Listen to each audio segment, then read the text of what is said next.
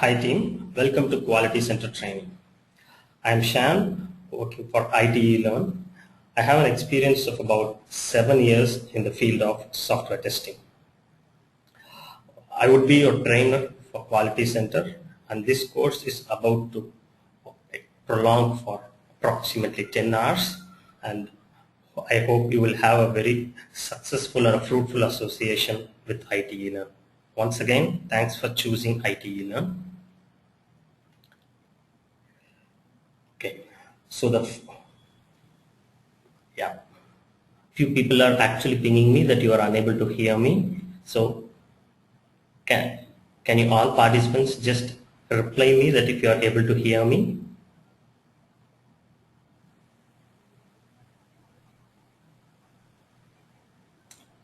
It's okay. For few people, it's please just use your headphones at your end so that you are able to hear me. Thanks. Okay, the first things first, the agenda for today's session. What we will be looking at it is what is Quality Center and where it fits in. The application lifecycle management tool, what is that all about? We might have perceptions or preconceived notion about Quality Center. However, we will understand what is Quality Center. Apart from that, I will do a Quality Center features walkthrough. Probably will not be able to do a complete walkthrough today. So we will have a session, one more session tomorrow for this second half of features walkthrough. And before we end the session, I'll just give a brief about the Quality Center evolution. Great. So now comes the very first question. What is Quality Center? Before pitching into what is Quality Center, let us first start from software development lifecycle.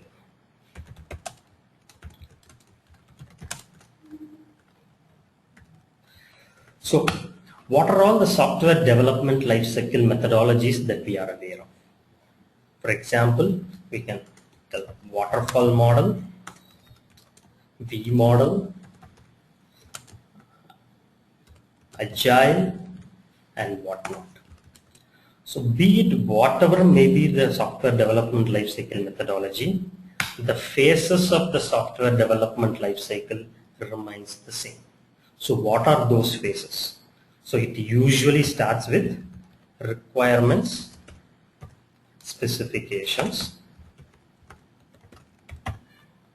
So this requirement specification can be a business requirement specification or system requirement specification, or even it may be a functional requirement specification, followed by design. So what design they will do? Usually architects or the developers will come with the design of the system. Say it's a high level design or low level design, followed by coding, usually done by developers, and followed by testing. This is the area that we would be focusing the most part of it. As a tester, we would be focusing most on testing, followed by deployment, where we actually deploy the code or a build or a product on a production server, and finally followed by maintenance. Okay, so there are various phases of software development lifecycle. Now let us understand where this Quality Center fits into this software development lifecycle. Assume that you are the only person working on a particular project, a software project wherein I assume that you know or you might have got a very brief understanding about all these various phases.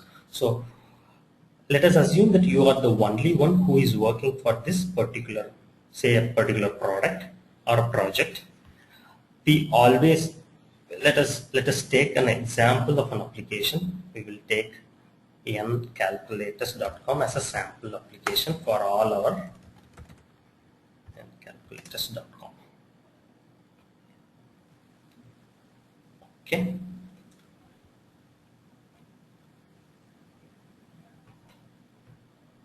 So in this one, we would be going for mortgage, or let's say EMI calculator.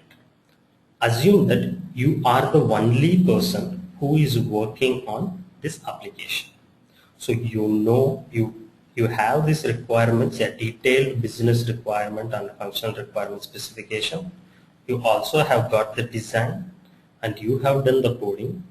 You will do the unit testing and the integration testing, followed by deployment and maintenance. Because you are the only one who is working on the product, it is very easy to handle things effectively. You know exactly what requirements or what coding that you have done. Whereas, think about a real-time scenario, real-time complex application, say a very big financial application, say a credit card application of a biggest bank, say American Express or a Citibank. At least there will be hundreds of developers working on it. There might be 50 testers who might be working on that particular application, and there might be 20 business analysts. It's just a rough number. So I'm just trying to make you understand, if the project size goes bigger and bigger, we need a platform. We need a platform to interact with our counterparts or project mates. So for us to interact or to actually do things efficiently all in one place, we need a tool or a product, right? So our platform. So thinking about all these, the concept of application lifecycle management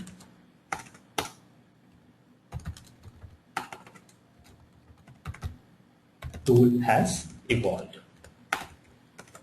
Okay, so all these phases, say you would be able to have all your requirements in probably a repository or a document, or it can be in the form of work item, followed by the design. All the design documents you will be able to have it in one particular folder structure, and developers would be testing it in the same platform area where all the developers, if there are even 100 developers would be working simultaneously, and the testers, be it any number of testers would be testing it on a single platform, and then the same tool will help us to deploy our code in one of our production servers, followed by maintenance. Great. So in order to actually use this tool effectively, what we need to do or what we need to understand. So this particular platform will help us to integrate all these phases, where we will be able to interact with every other developer and tester effectively. So before this application lifecycle management tool has evolved, defect management tool was in place, or we can convey this as one of the popular mechanism where we track our defects just for the testing purposes or for defect control mechanism. Defect controlling or tracking is one of the most crucial area or the exit criteria of a product or project. So the defect management tool, people log in defect and it has its own state. The developers take it and fix it. So the final exit criteria would be there are no crucial or critical defects. So there is no other things that would be part of defect management tool. Example, Bugzilla. The same Bugzilla course is in detail in ITeLearn. Please go and refer in case if you need any other information. Great. So this Bugzilla is only used for defect management tool, whereas this application lifecycle management tool will support the end-to-end cycle all in one place. Great. Fine. So this leads to a concept called the application lifecycle management.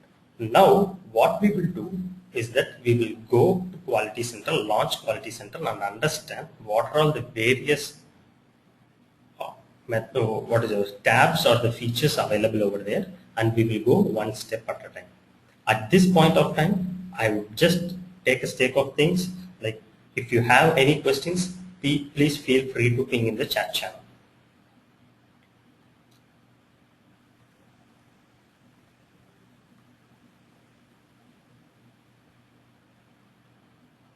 Okay, let's move on. So I will just launch HP Quality Center. So regarding this downloading installation, we are having a separate session where we will discuss all these things. So at this point of time, we will just restrict our questions with respect to the flow. Offline questions, we can take it later, or please feel free to put it in the forum. We have a specialized forum where we will be able to see all our questions there, and we are very active in the forum, and we will get back to you at the earliest. Great. Fine. So the way in which you launch Quality Center, or before we move to Quality Center, we will just understand one more stuff. So the Quality Center works on an ActiveX based control browser. So it works only in IE. It don't support Firefox because Firefox or Chrome, or you have to install a third-party plugin which supports. So we usually launch Quality Center by giving the server name colon the port name /QC bin. Okay. The moment we launch it, these are all the links that you would be able to see here in this particular Quality Center home page. Now, moment we click on Application Lifecycle Management link, all right, this Application Lifecycle Management, it's also popularly known as ALM. So whenever I talk about ALM, please understand it is Application Lifecycle Management. Okay, so the user ID, login name and password. Okay, we authenticate. There are two more fields. Let us understand these two fields in a very better manner. So domain and project. Okay, so see, for any kind of organization, say if it's a very big organization, say better we can understand it's a Microsoft. Microsoft is a very bigger organization. We can call, or we can correlate this to a domain. Okay, within Microsoft, okay, within Microsoft, say we are having n number of projects. What I will do is I'll just do a form shape. I'll do a basic drawing so that we understand it better. So in say this is Quality Center, and within that we have got so many domains. You can have n number of domains. However, based on your business unit also, you can have your domain. Say it's Microsoft. Say this is for Google. Okay. So for each one of those domains, you will have its own set of projects. Say for example, Microsoft, there is a project, say Windows. There can be a project named MS Office.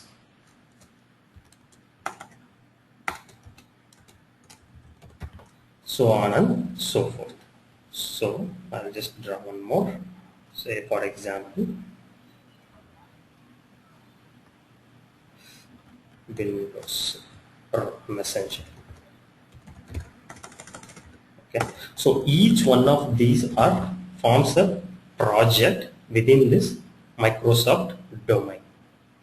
Okay. So similarly, Google can have its own domain and project. It's like the analogy. What we can tell is it's like a house where you have got 2 or 3 bedrooms, and you can wish to, or the way in which you want to segregate things, or the way in which you want to have a look and feel.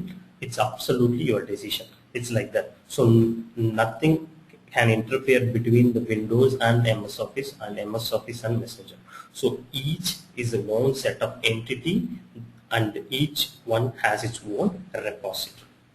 Okay, so now let's get back to Quality Center. The moment we choose our domain and the project, here you will be able to see what is domain and what is a project and what is the user. Okay, the user who has logged in. Okay, team, please understand it's a very simple tool. You can see there are just 5 tabs which we need to master, and of course there are third-party tools which actually integrate with it at this point of time. By just this is how Quality Center looks like. Okay, back and forward button, the way in which it works on the browser, it's the same. Within it, this works within Quality Center, and there is a tools menu followed by help.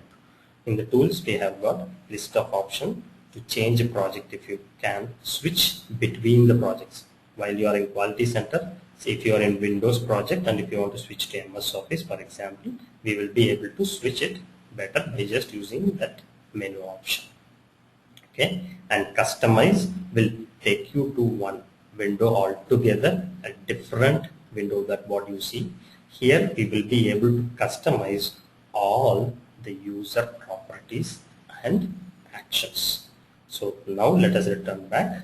We will visit each one of these elements in detail in the forthcoming sessions, and here you can have a direct new defect and clear history, task manager and document manager. So clear history. So we will revisit this. Just I am actually walking you through the options that are available and the way in which it is going to operate will be dealt in detail. Help, it's a very basic thing. So you will be able to browse all the other options that are within Quality Center. Okay, fine. Now the dashboard. So the name says it all. Whatever may be the terminology, we will all understand with respect to the terminology itself. So the dashboard, you can actually correlate this with respect to a car dashboard. What we see in a car dashboard, we will be able to see a fuel meter or a temperature meter, or we will be able to see even the speed of the car at which it is accelerating. So this dashboard view in Quality Center will give us a clear picture of what is going on at the moment. Okay, at this particular point of time, what is going on. You will not be able to see anything here because it is totally an empty project which I have created. The project is empty, so we will be creating our own repository by taking a sample application. That's why you are unable to see anything or no data is found actually. Okay, dashboard view and analysis view both are empty. Followed by management. This is our point of start. Okay, this is our point of start. So under management we have got releases and libraries. Now let's come to releases. Okay, fine. Say if it is a very big project. Okay, if it's a very big project, say for example the one which we have taken is an online EMI calculator. So within this you have got in ncalculators.com we have got so many applications, but we will just take this EMI calculator at the moment. So for this project, assume that there are a lot of releases that are going on year. So in real time how it works, there are a lot of releases. Okay, say release 2013 followed by release 2014, so on and so forth. Okay,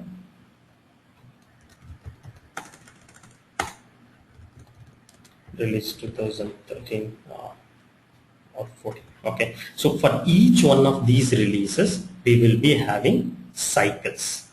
Okay, so if the release target or the scope of this release would be split across 4 cycles. Say for example, I'm saying we will have cycle 1, cycle 2, cycle 3, and cycle 4, and so on. So there might be there will be different cycles, and the deliverables of each cycle is going to be different. And finally, at the end of all these cycles, the release would be completed.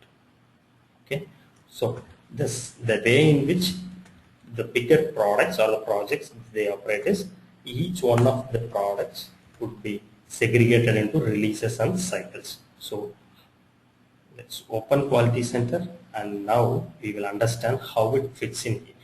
So go to releases, it's an empty release folder here. We will create two folders. Say we will create 2013, this is one folder, and followed by 2015. Okay, so this is, yes, okay, fine. So under 2013, I will create a new release, 2013, okay, R1 or release 2013. Here we will specify the start date and end date, when this release is going to start and end. So the release start date and the release end date is what we are first going to give as the input. So the release end date should always be greater than the start date, and we can give the description. So most of the controls are similar, so we will not be going in depth for each and every control. Probably one I would do, and then rest all would be self-explanatory. So we can actually have an attachment also if there are any. Click OK. Now we will create cycles within this. Okay, cycle 1, and now cycle 1 starts from, I will say it starts from Jan to March. Jan to March, followed by, we can also give the description, say it's a cycle 1 example. Now we will create one more cycle, cycle 2, start date from April to June. Alright. Similarly, so now if we want to create multiple cycles in a quick succession, just right click on the cycle and we can just click on duplicate cycle. Now we can rename it here, and one more duplicate cycle. So what happens when you do a duplicate cycle? You can see here the start date and the end date of the release. This is the release start date and end date. The start date and end date, whatever you are seeing in the red, are cycle start date and end date. So whatever the things that we have copied will have the same start date and end date. So we should now do a rescheduling. Right click, there is a reschedule option. Now for release 3, the date, what I would say is between July and September. Right.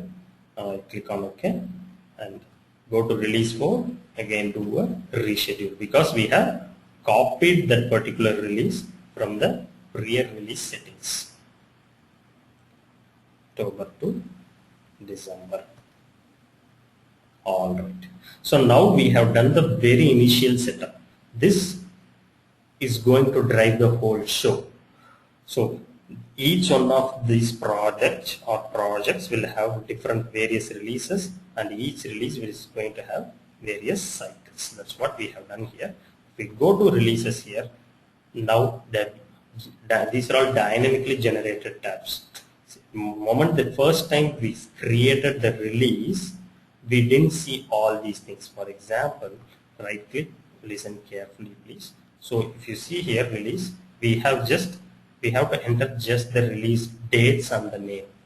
Whereas the moment after you create it, you can see all these things are dynamically generated. Release scope, master plan, scorecard, status, and attachments. Okay, So the details tab, whatever we have entered is what we are seeing at the moment. So the release scope, the name says it all. We need to add the scope item to this folder. So just click on new, for example, create EMI calculation functionality. So priority I will mark it as very high, and owner, these are all the users that are available for this project. So we can just select a name and then click OK. Okay. So we have just created a release scope. So whatever we are doing is for just a mock or a trial purpose. So that we understand the features effectively. So the release scope is done. Now let us go to the master plan view. Here whatever we have created, if you see here, cycle 1, 2, 3, 4, it has automatically generated the graph for us, showing a picturesque description of how the release is going to be. We are in the release root folder. So please understand, it is going to consolidate all these cycles and show us in a view wherein we will be able to see all these in a master plan view. What is the plan, or how we have made the cycles, or how we are going to proceed. The scorecard, status, attachments. So all these three tabs are used effectively once we start testing it. So please understand the scorecard, status of it. See, if you see here, the status, we are in remaining days in the release. Okay, 266 days, because we have already lost close to 120 days, which we are right now in April 8th or 9th. So total instances of the release, remaining test cases, so everything is empty. That's the reason why you are able to see, or whatever you are seeing is an empty data over here. So once we start, we will be able to understand all these aspects very effectively, followed by attachments. So this is what we have in the release tab, followed by the cycle. Okay, what a cycle contains. Cycle also, whatever we have entered in the cycle start date and end date, followed by attachments, and then the same progress of the cycle. Again, these progresses will be shown based on our progress of that cycle. Then quality of that cycle. So all these things are calculated based on our test execution and defect count. Okay, fine. So just I would like to take a stake of things at this point of time. Team, please feel free to put it in the chat channel if you have any questions at this point of time.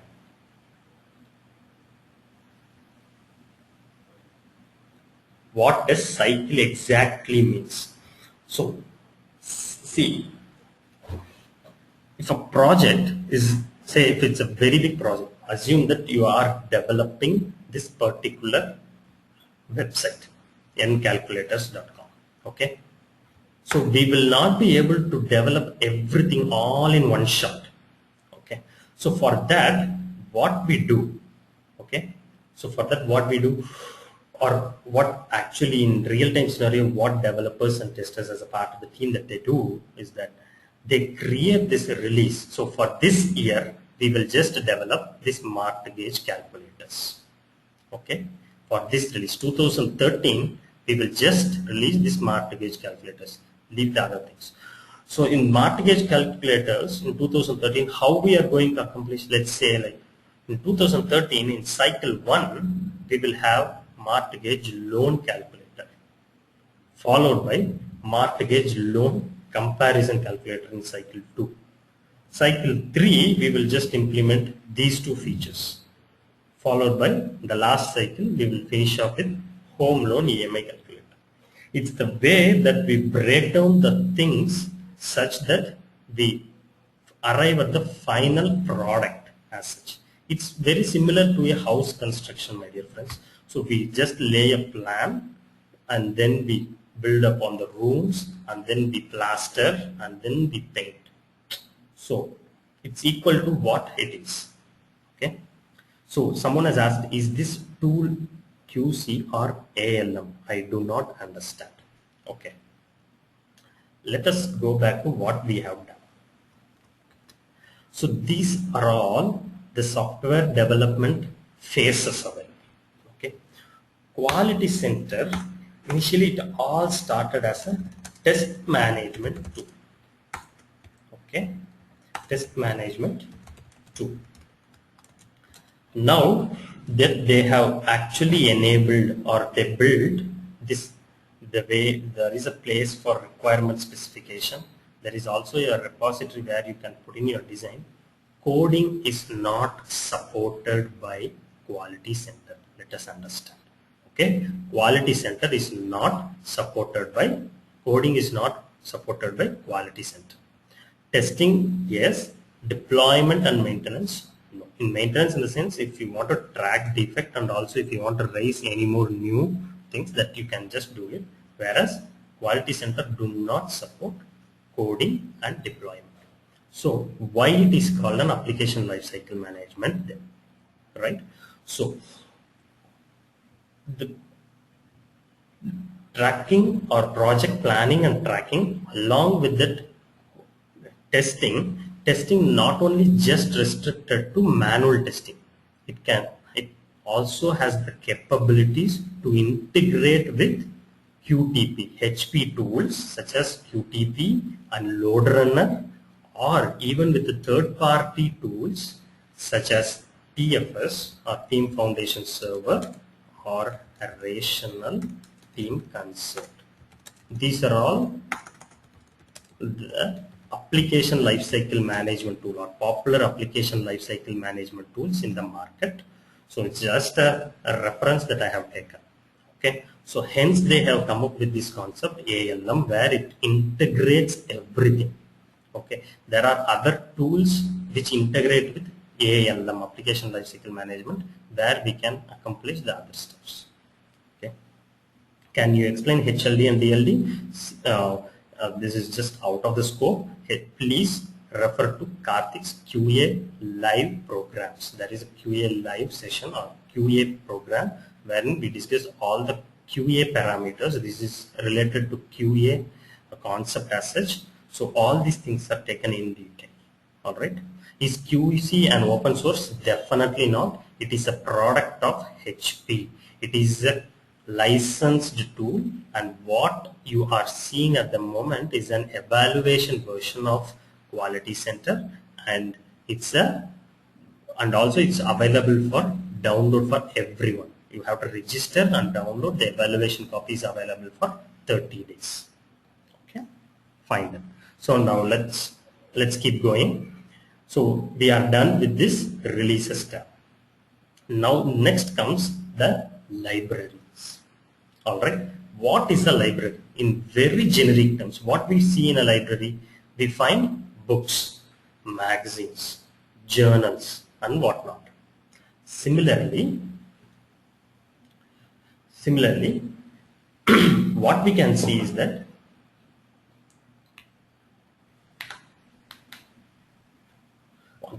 so what we can see is that in libraries we will be able to add all the test resources such as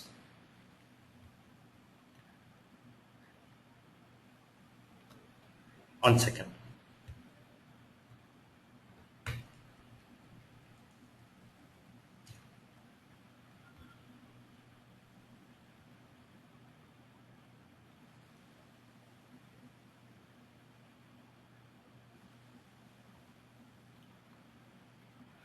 Sorry for the inconvenience, friends. So in libraries, what we will find it is all these journals, magazines, and newspapers or whatnot. Similarly, library, this folder, we will be able to upload all types of repository. All right, all different types of repository. It can be a requirement document, it can be a test plan document, or it can be a test case document. Library, it is going to contain all the information. So what is the use of having a library? We will be able to see what are all the things that we can put in there, and all the resources we can keep it in this particular folder. Okay, so Say for example, I'll just put 2013.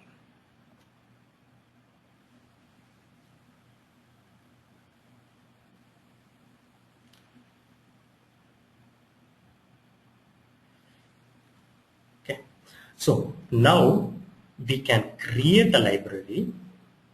Say for example, you will be able to see all these things here: requirements, resources, components, tests. So now I think it would become very obvious. So when we can use library? Once we have our requirements in place, or we have other test resources or components associated with it. So we will be able to create a library if and only if we have all the things such as requirements and the test resources in place.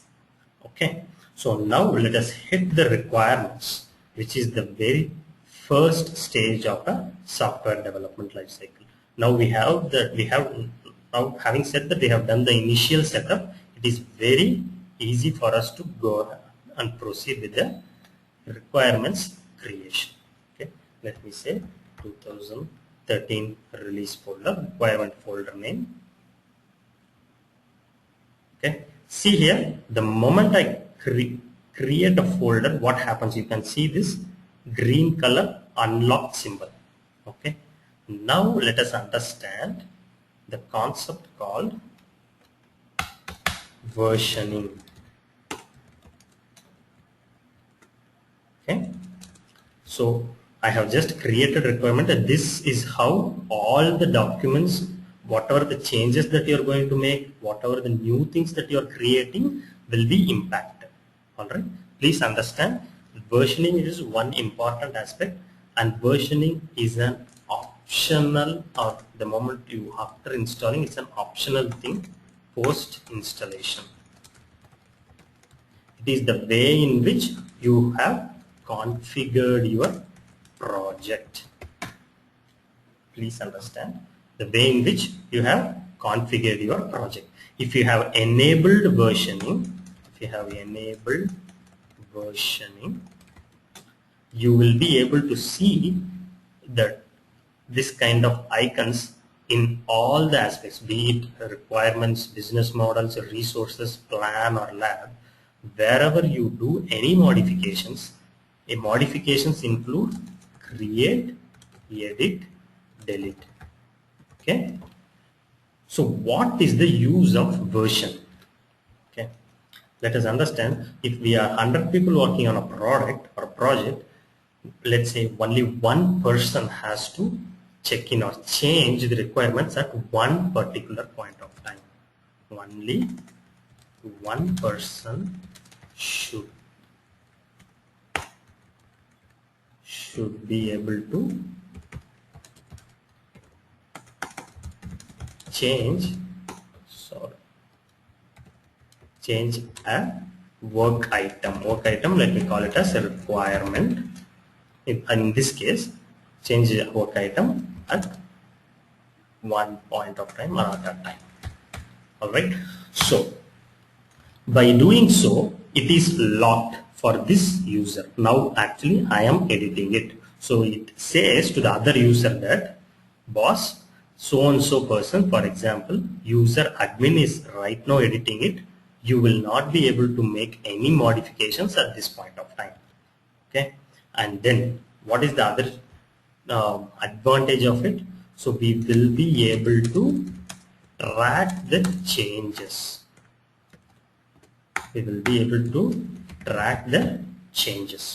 So if I edit it, say for example, if I edit one part of a section, I come back and do a remodification, I will be able to trace the changes. Okay, so it is just to ensure that only one person is able to edit the work item requirement at this point of time, at one point of time, and followed by we will be able to track the changes. Alright, so now we have opened a folder, right click, new requirement. Alright, so let's say EMI calculation.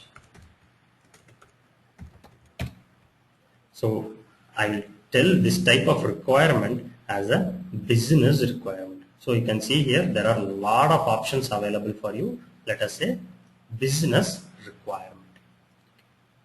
Creation date, priority, reviewed or not reviewed, you will be able to select that as well. See here target release and target cycle. Already we have seen that cycles are based on release. So if I select a cycle, automatically it will pick releases. Alright. So I will go and select a cycle. Say I will first do cycle 1. So immediately see here cycle 1 is release 2013. Automatically it is picked up. So description I will say EMI calculation. We have created a. So now what happens, again a new requirement window pops up. So we don't want to create any more new requirements, we will close. You will be able to see the requirement IDs followed by who has created it and what is the name of it. Now it is still not available for the other users because see here the lock button is checked out or unlocked against my name, green colored one. So right click, versions, check in. Let's say I will say this is the first version. Click OK. Right click, versions, check in. Click first version. So to know more on any kind of version controlling tools, please refer to the concept called, this is a configuration management concept. Alright. So please refer to this. The versioning, all these things are very generic to any software development lifecycle model. So this is one of the main concept dealing with how to track changes, especially in a very agile environment. Means developers, so 50 developers working on it. So such kind of things will be controlled only by version controlling. All right. So we have created the requirements. There are a lot of other things that we have it here. However, I will just continue with the next thing. Here we have just created one type of requirement. See, what are the other options available in requirements is what we are going to see at this point of time. See here, delete. So delete also, it will pop up for, see, deleting a requirement also deletes is child requirement, test coverage, traceability and defects linkage. So if you delete this, it is going to remove all the relevant things completely from the system. It includes the other requirements, coverage, traceability and defects linkage. So we don't want to delete this point of time. Refresh. See here, checkout. So check in and checkout I have already explained. However, I will let you know how to configure a project post installation to enable versioning. Okay. All right. So any questions at this point of time, please ping chat channel. Did you cover libraries? See, libraries, as I conveyed earlier, the libraries is a set of things that you can put it in a artifact or something, but you can create libraries if and only if you have all the other repositories or resources available. For example, you should have the requirements. I tried showing you, actually for creating a library you should have a requirement, because only now we have a requirement, it's actually popped up here. There are no other resources available. So libraries are created not at the beginning of the stage. So once we start using it, we will be able to understand it better. Can you explain checkout again? Sure, we will be creating more requirements and you will be able to understand that very effectively. Can we prepare traceability matrix using requirements module? It's traceability matrix in quality center. Yes, you are right. In requirements module, we have this what is in releases module, we have the scorecard, attachments, progress and quality along with this dashboard will address your question. However, at this point of time, we will restrict the questions with respect to what we have done. What is the version number in the field in requirements? It is grayed out. Version number in the, what is the version number field in requirements? Let us right click versions. You will be able to see, if you get into this particular select columns, say for example, I will just select history, version number, status, and also history. Okay, just click OK. Oh, sorry. Select the columns and version number and status. Click OK. See here the requirement ID followed by version number. So currently we are in version number 2. Version status is checked in. Right click. See here you will be able to see the version controlling options, check in and check out. Alright, fine. So what is the significance of maintaining libraries in Quality Center? We will come back to that again. Great. So we will be covering in depth of all these things: business models, test resources, business components, test plan and lab in detail in the forthcoming sessions. Now let us open the forum for question and answers. Okay, how create releases? Okay, how create releases module tester or CM? So yeah, very good question. The person has asked how we can create a release. Is it done by a project manager or is it done by a tester? It depends on the level of access that person has. This level of access, installation, configuration, customization could be dealt in installation module. That would be for paid participants. Probably we are planning to take it as session 3. We have the documentation. I will walk you through how to install. It's not a straightforward installation. We have to configure various things that are required for installation. So installation is, as you ask, so many people are asking with respect to installation. So we will cover that in detail in the forthcoming sessions. What is the significance of maintaining libraries? That's fine. Is there test plan and test lab? Yeah, you are seeing here test plan tab and test lab. Yeah, so these two things are part of this testing team. I would say this is the area where testing is more on focus, especially testing tab and the defects tab. So testing tab, if you see here resources, the name says it all. It can be a test plan, test case, test script library, automations, reusable function library. It can be a load runner library. It can be anything. All these test resources you can put in here. Business components. So I will just visit this business models and business components in detail. All right. And test plan and lab. Yes, this test plan is used for creating your test cases, putting all your test cases and keep it ready so that you can execute your test cases in test lab. All right. In test lab, execution happens. So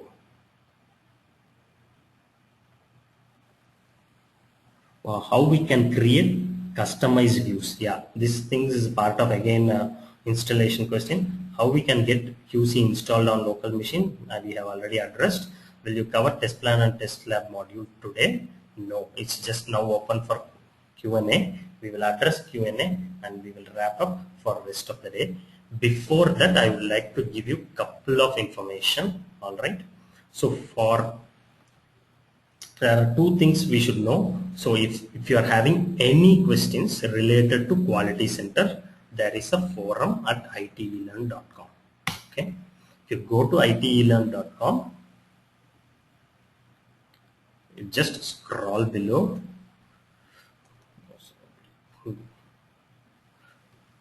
There is a members area. technical support. Just click here. You will be able to get the list of the forum modules where you can post your question. Okay. Go to manual software testing, and inside that you can create a question of quality center and then post it here, and all your questions would be answered. Alright. It's a very active member. Usually the turnaround time is 24 hours. Okay. So apart from that, any other questions related to just quality center, you can also post your questions related to the session as such. You can, regarding the session or registrations, you can go to quality center live training.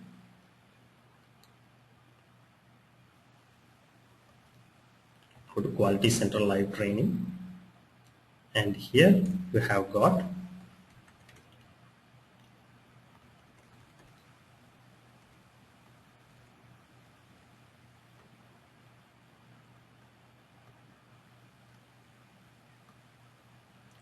see, this is the form wherein you can put in your question and you can see the responses below. So put in your question, and below you can find your responses along with the answers related to quality center training program as such. Alright. Find them. Is the recording available for today's class? Yes, absolutely. Great. And one more thing, there is also a free QTP session that has been scheduled for tomorrow, how to master QTP. Karthik is going to handle it. Please feel free to join. There is very limited seats for it. So please join so that you will have a better understanding about QTP as well. Alright. Any other question, friends? So yes, the same video would be uploaded. Once this video is actually being converted, this will be uploaded into our website. You will be able to see that as well. Alright. I hope you had a great session today. I think everyone is excited for the next session. I believe I will be able to make a lot of difference the way in which you see or perceive things about quality center. Thanks for joining, and I wish you are very happy for the rest of the day.